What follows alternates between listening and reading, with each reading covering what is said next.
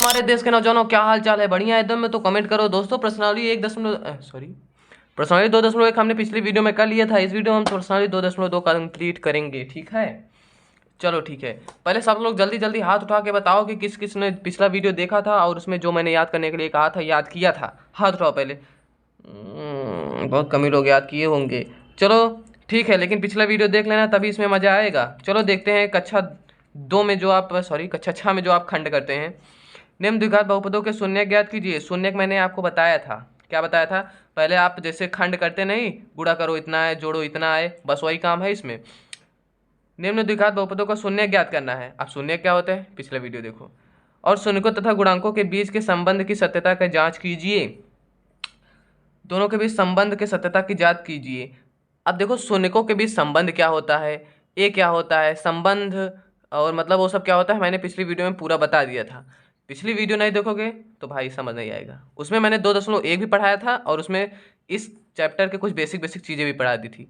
चलो देखते हैं पहले इसका हम शून्य ज्ञात करेंगे। एक्स स्क्वायर माइनस 2x ऋण 8। क्या? एक्स स्क्वायर माइनस 2x-8 बराबर जीरो। देखो देखो, पहले इसका शून्य ज्ञात करने के लिए मतलब हमें यहाँ पर यक्स का मान ज्ञात करना है। यक्स का मान ऐसा आना चाहिए ताकि यहाँ यक्स का मान रखें बराबर पूरा हल करें तो जीरो आ जाए, कोई दिक्कत नहीं है। देखो, पहले इसका हम खंड करेंगे। खंड कैसे करते थे, पिछली कक्षाओं में आपने पढ़ा होगा खंड कैसे करते हैं मेरे भारत देश के नौजवानों। पहले 8 का गुणा इसमें करते थे, 1 है 8, गुणा करें 8 है, जोड़िए घटाएं 2। सोचो सोचो, अपने दिमाग में सोचो। गुणा करें 8 है, जोड़िए घटाएं 2, 4 दूनी 8, 4 में से 2 गए, 2 मिल गया। अब देखो, लेकिन यहाँ पर ऋण है, गुणा करें तो ऋण 8 है, तो मान लो ऋण 4x ऋण 2x ले लेते हैं। लेकिन यहाँ ऋण ऋण ऋण 4 गुणे ऋण 2 बराबर धन 8 आएगा, लेकिन ऋण 8 आना चाहिए। चलो मान लो, लेकिन यहाँ पर जोड़े या घटाएं ऋण 2 आना चाहिए, यानी बड़े अंक के सामने माइनस होना चाहिए। यहाँ पर प्लस लगा दें, फिर -8 को ऐसे उतार लेते थे, बराबर 0। यक्स कामन हो जाएगा, x-4, यहाँ धन 2 कामन हो जाएगा, x-4 बराबर 0। x-4 कामन यहाँ होगा, दूसरे क्वेश्चन में यहाँ x बचेगा, धन 2 बराबर 0। या तो x ऋण 4 बराबर 0 होगा, या तो x धन 2 बराबर 0 होगा। x बराबर 4, x बराबर ऋण 2। देखो, जो ये दो दो चीज आए यहाँ पर, दो चीज जो आया इसे पहले बोलेंगे अल्फा, दूसरे को बोलते हैं बीटा। पिछली वीडियो में बिल्कुल बढ़िया से बता दिया है, जाके देख लेना भाई साहब।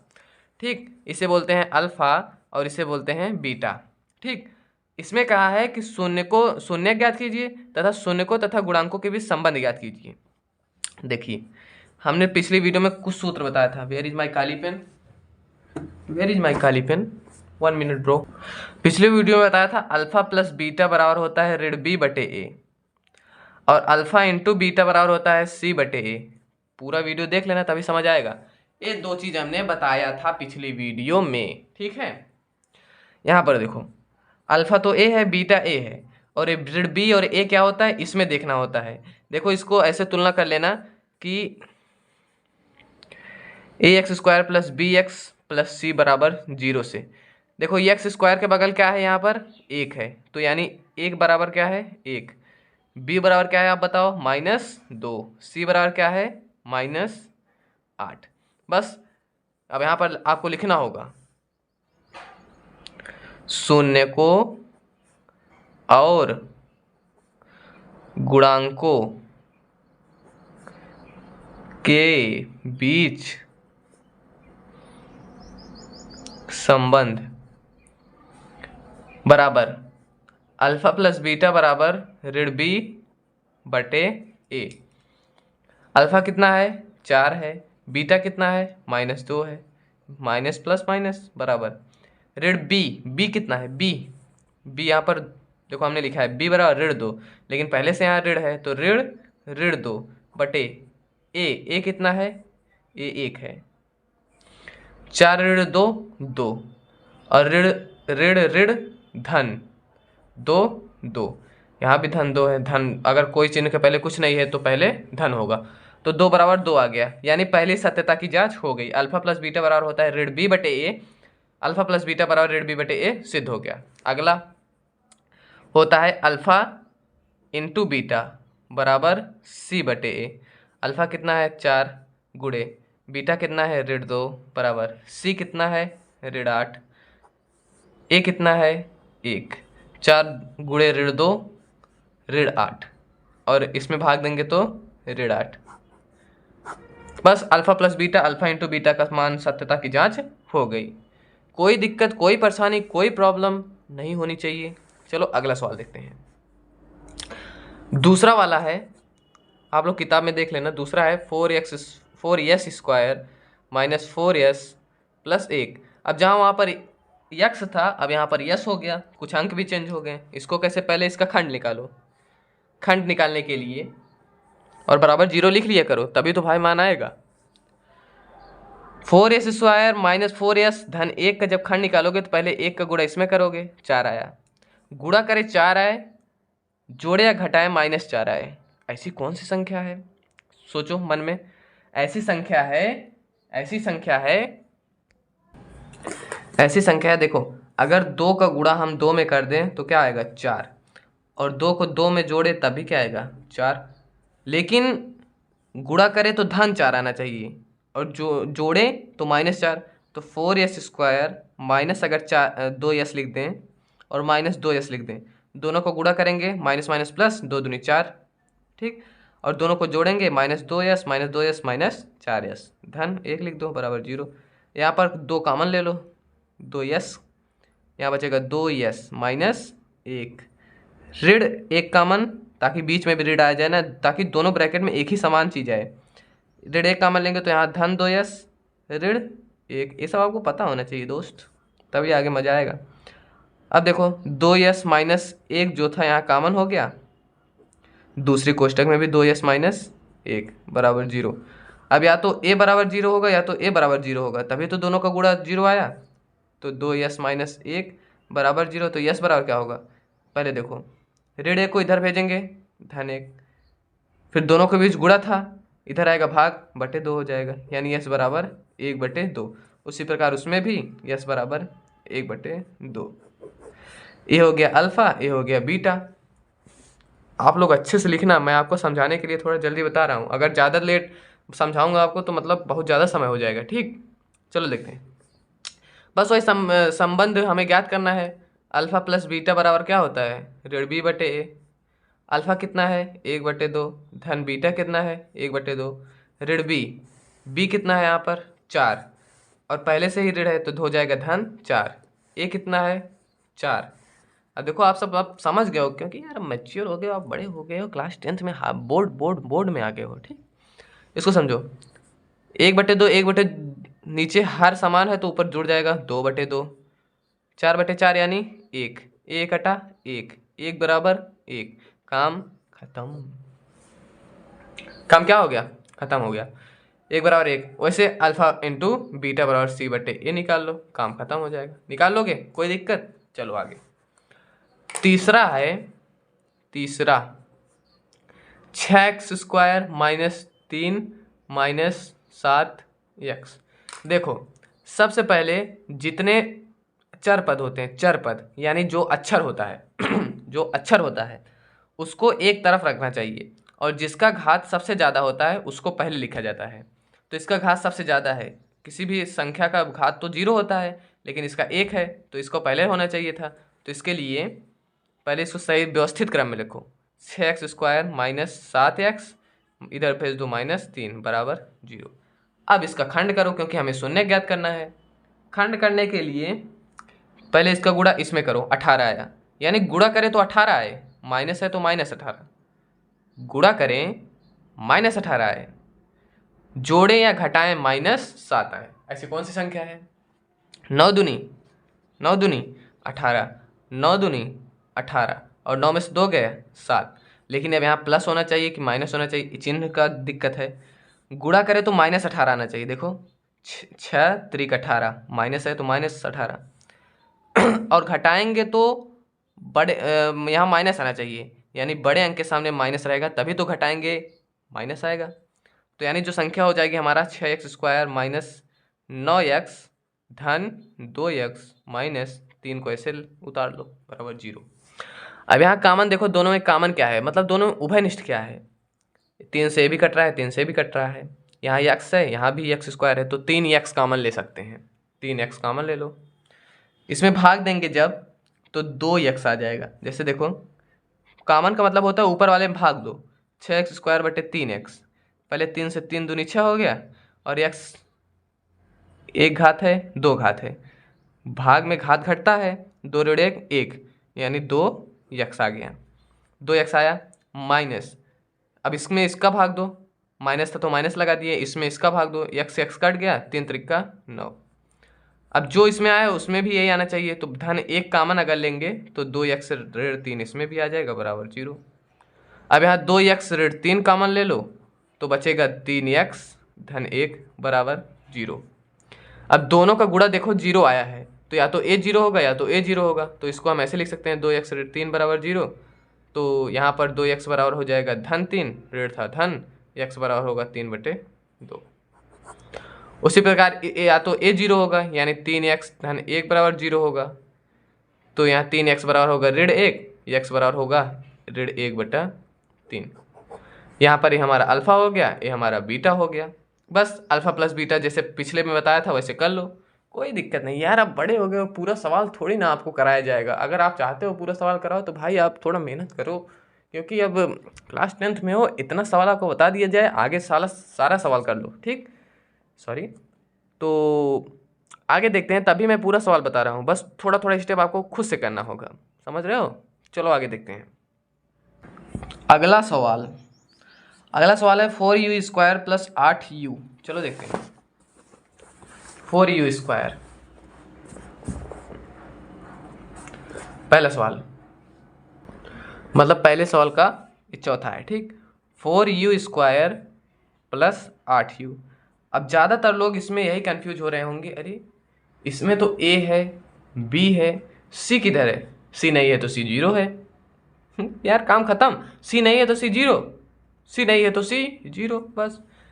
यहाँ पर ऐसे लिखो, अगर देखो यहाँ पर 4u कॉमन ले लेते हैं तो यहाँ क्या बचेगा, u बचेगा, 4 से 4 कट जाएगा, u से u कट जाएगा, एक u बचेगा धन, इसमें भाग देंगे u कट जाएगा, 4 दूनी 8 बराबर 0। बस देखो इसका गुणा इसमें किए तो 0 आया, अब या तो इसका मान 0 होगा या तो इसका मान 0 होगा, तो इसको लिख सकते हैं 4u बराबर 0 या तो u धन 2 बराबर 0, ठीक। इसमें आ जाएगा u बराबर, गुणा था इधर भाग, u बराबर 0, और इसमें u बराबर हो जाएगा +2 है तो इधर -2। ए हो गया, देखो u बराबर 0, u बराबर ऋण 2, ए हो गया अल्फा, ए हो गया बीटा। अब दोनों के मान सत्यता का जांच कर लो, बस काम खत्म। आतो v वाला है t स्क्वायर माइनस 15। इसमें देखो, अब इसमें तो हमारे पास a पता है, b पता ही नहीं, तो इसको लिए ऐसे करो। सबसे पहले यहाँ पर टी स्क्वायर है तो टी स्क्वायर लिख सकते हैं, हाँ लिख सकते हैं।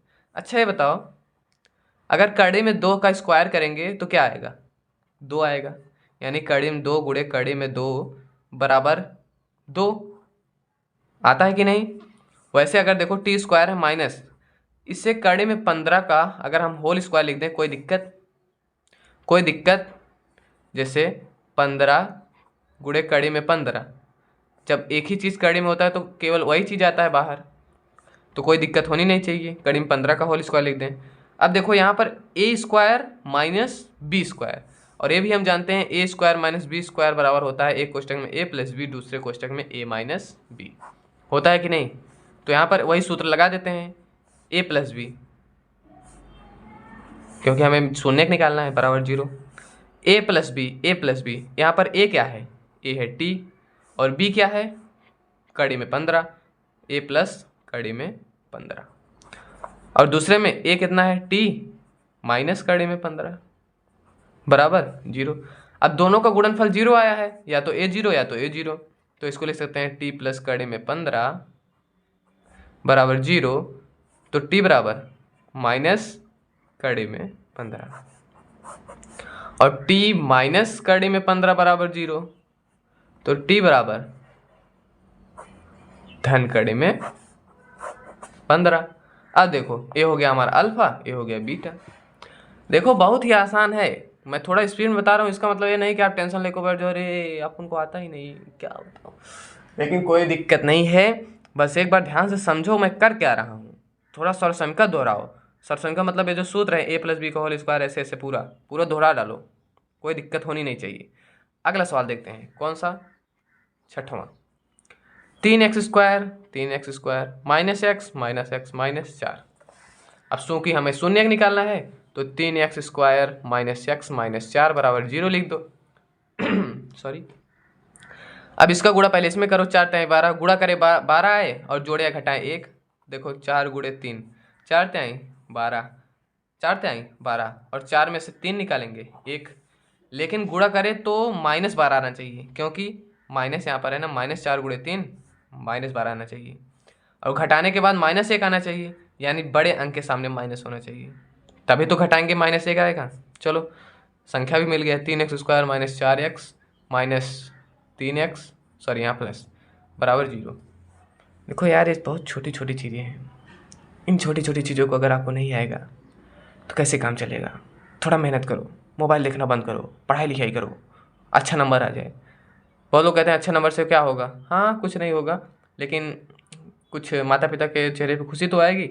हाँ मतलब इतना लाओ कि बेइज्जती भी ना हो। चलो देखते हैं, 3x² -4x 3x, और इसको भी तो लिखना पड़ता है, ये लाइन छोड़ देते हैं, ये लाइन छोड़ देते हैं। 3x² -4x 3x और यहाँ पर -4। अब यहाँ पर क्या कॉमन है, अगर 3x कॉमन लोगे तो यहाँ एक इससे कटेगा ही नहीं, यानी केवल x कॉमन। x कॉमन लेंगे तो यहाँ बचेगा 3x माइनस इधर बचेगा 4, x कट जाएगा, बचेगा 4। अब यहाँ -3 कॉमन, सॉरी जो इसमें है वही इसमें भी आना चाहिए ना, तो यहाँ पर -1 कॉमन ले लो तो अंदर बचेगा 3x -4 बराबर 0। अब 3x -4 बराबर कॉमन ले लो, x -1 आएगा बराबर 0। अब दोनों का गुणनफल 0 है तो या तो a इसका या तो a 0 होगा या तो a 0 होगा, तो 3x -4 बराबर 0, तो 3x बराबर हो जाएगा 4, x बराबर हो जाएगा 4/3। ये हमारा क्या हो गया, अल्फा। ये हमारा क्या हो गया, अल्फा। अब या तो m 0 होगा तो x -1 बराबर 0, तो x बराबर 1.5। ये हमारा क्या हो गया, बीटा। कोनो प्रॉब्लम, कोई दिक्कत, कोई प्रॉब्लम नहीं होना चाहिए। अब बस अल्फा प्लस बीटा बराबर, चलो अंतिम में कर देते हैं। ओ पिन भाग रहा है। अल्फा प्लस बीटा बराबर होता है √b/a। अल्फा कितना है, 4/3 धन बीटा कितना है, -1 ऋण b कितना है, b हमारे पास है -1 a कितना है, a हमारे पास है 3, 4/3। अब यहाँ पर माइनस का गुणा प्लस में तो -1/1 बराबर माइनस का गुणा माइनस में प्लस 1/3 ना। अब देखो 4 का गुणा 1 में करो, 4 -3/3 बराबर 1/3 ना। 4 में से 3 गया 1/3 बराबर 1/3 हो गया बराबर। बस यही सत्यता करना है, यही हमें चेक करना है कि दोनों बराबर हैं, ठीक है, बस काम खत्म। चलो देखते हैं अगला सवाल। अगला सवाल है, एक द्विघात बहुपद ज्ञात कीजिए जिसके शून्यकों का योग तथा गुणनफल क्रमशः दी गई संख्याएं हैं। देखो अगर आपने मेरा प्रश्नावली 2.1 वाला वीडियो देखा होगा तो आपको विधिवत समझ आएगा। अगर आपको देखना है कि कैसे हमको देखना होगा तो आप प्लेलिस्ट में जाके देख लेना। आप प्लेलिस्ट कैसे देखोगे, ये क्या बोला मैंने प्लेलिस्ट कैसे देखोगे, उसके लिए आपके बगल में यहाँ पर वीडियो दिख रहा है कैसे देखना है, ठीक है। चलो देखते हैं पहले इसको। देखो इसको मैंने सूत्र बताया था। दूसरा सवाल है, अगर आपको अल्फा प्लस बीटा मतलब शून्यकों का योग दिया हो और अल्फा इंटू बीटा अगर आपको शून्यकों का गुणनफल दिया हो तो आपके पास एक सूत्र होता है द्विघात समीकरण ज्ञात करने के लिए, x² minus alpha plus beta into x plus alpha beta. समझ रहे हो, इस सूत्र होता है जिससे आप द्विघात समीकरण ज्ञात कर सकते हो। तो चलो देखते हैं पहला क्या कहा है। पहला दिया है जिसके शून्यकों का योग तथा गुणनफल क्रमशः दिया गया है। 1/4 पहला है, कामा -1 है।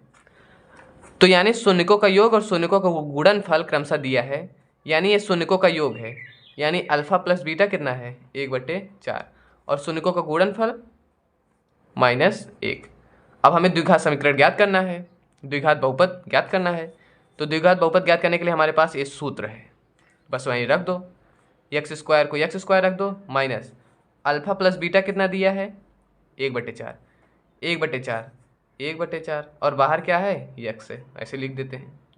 फिर प्लस है alpha plus beta -1 -1 x² minus x का गुणा 1 में कर दो x/4 धन यहाँ पर ऋण का गुणा माइनस में तो -1। बस अब ये थोड़ा भिन्न के रूप में अच्छा नहीं लग रहा, तो पूरे में 4 का गुणा कर दो। इसमें 4 का गुणा 4x², इसमें 4 का गुणा, तो जब गुणे 4 करेंगे तो 4 ऐसे कट जाएगा तो हो जाएगा -x बचेगा। इसमें 4 का गुणा -4। ये हो गया हमारा बहुपद। समीकरण नहीं ज्ञात करना है, द्विघात बहुपद ज्ञात करना है। ठीक, ये हो गया हमारा द्विघात बहुपद, बस आसान था। उसी प्रकार दूसरा वाला देखो, कड़ी में 2 है, कामा 1/3 है। इसी में रख दो x² minus alpha plus beta, कड़ी में 2, बाहर x था, x का गुणा धन अल्फा इंटू बीटा 1/3। भिन्न वाला अच्छा नहीं लग रहा, पूरे में 3 का गुणा कर दो, 3x² माइनस 3 कड़ी में 2x धन 1। ये हो गया हमारा समीकरण। उसी प्रकार तीसरा देखो, तीसरा है 0 कामा कड़ी में 5, ये है अल्फा प्लस बीटा, ये है अल्फा इंटू बीटा। समीकरण हमारे पास है x² minus alpha plus beta, इसको रट लो, into x plus alpha beta, क्योंकि क्वेश्चन आता है इसमें। x² को x² रहने दो, माइनस अल्फा प्लस बीटा कितना है 0 गुणे x, अल्फा बीटा कितना है कड़ी में 5, x² माइनस 0 का गुणा 0 में 0 और धन कड़ी में 5। 0 का कोई महत्व ही नहीं है, x² माइनस 0 करेंगे तो x² आएगा, तो x² धन 5 कड़ी में हमारा द्विघात बहुपद आ गया। बस अब देखते हैं चौथा वाला है 1, सूत्र हमारे पास क्या है x²। देखो सूत्र मेरे बार बार लिखने का मतलब ये है कि ताकि आप सबको याद हो जाए, x² minus alpha plus beta into x plus alpha beta, x² को x² minus alpha plus beta यानी 1 गुणे x plus alpha beta 1, x² minus x plus 1, हमारे पास द्विघात बहुपद आ गया, कोनो प्रॉब्लम नहीं है। अब मैं आपको होमवर्क देता हूँ v वाला आपको होमवर्क करना है। vi वाला मैं बताता हूँ, vi वाला है 4, 1, सूत्र क्या है x² minus alpha plus beta into x plus alpha beta, यही हमारे पास सूत्र है। x² को x² रहने दो, माइनस अल्फा प्लस बीटा यानी 4, बाहर x, अल्फा बीटा यानी 1, x² माइनस 4x प्लस 1, हमारा द्विघात बहुपद हो गया, काम खत्म। यानी प्रश्नावली 2.2 हमने विधिवत तरीके से खत्म कर लिया है। चलो मिलते हैं जल्दी नेक्स्ट वीडियो में। 23 मिनट का वीडियो हो गया, लगभग 24 मिनट में हम एक अभ्यास पूरा खत्म करते हैं। और इस प्रकार से आप लोग वीडियो को दोबारा देख लेना और पिछला वाला वीडियो प्लेलिस्ट में जाके देख लेना, कैसे देखना है मैंने आपको बता दिया है। मिलते हैं जल्दी नेक्स्ट वीडियो में। वीडियो लाइक कर देना, जो कि मैं बोलता ना यार, चैनल को सब्सक्राइब कर देना। मिलते हैं जल्दी नेक्स्ट वीडियो में, टेंशन लेने की कोई ज़रूरत नहीं। जय हिंद, जय भारत।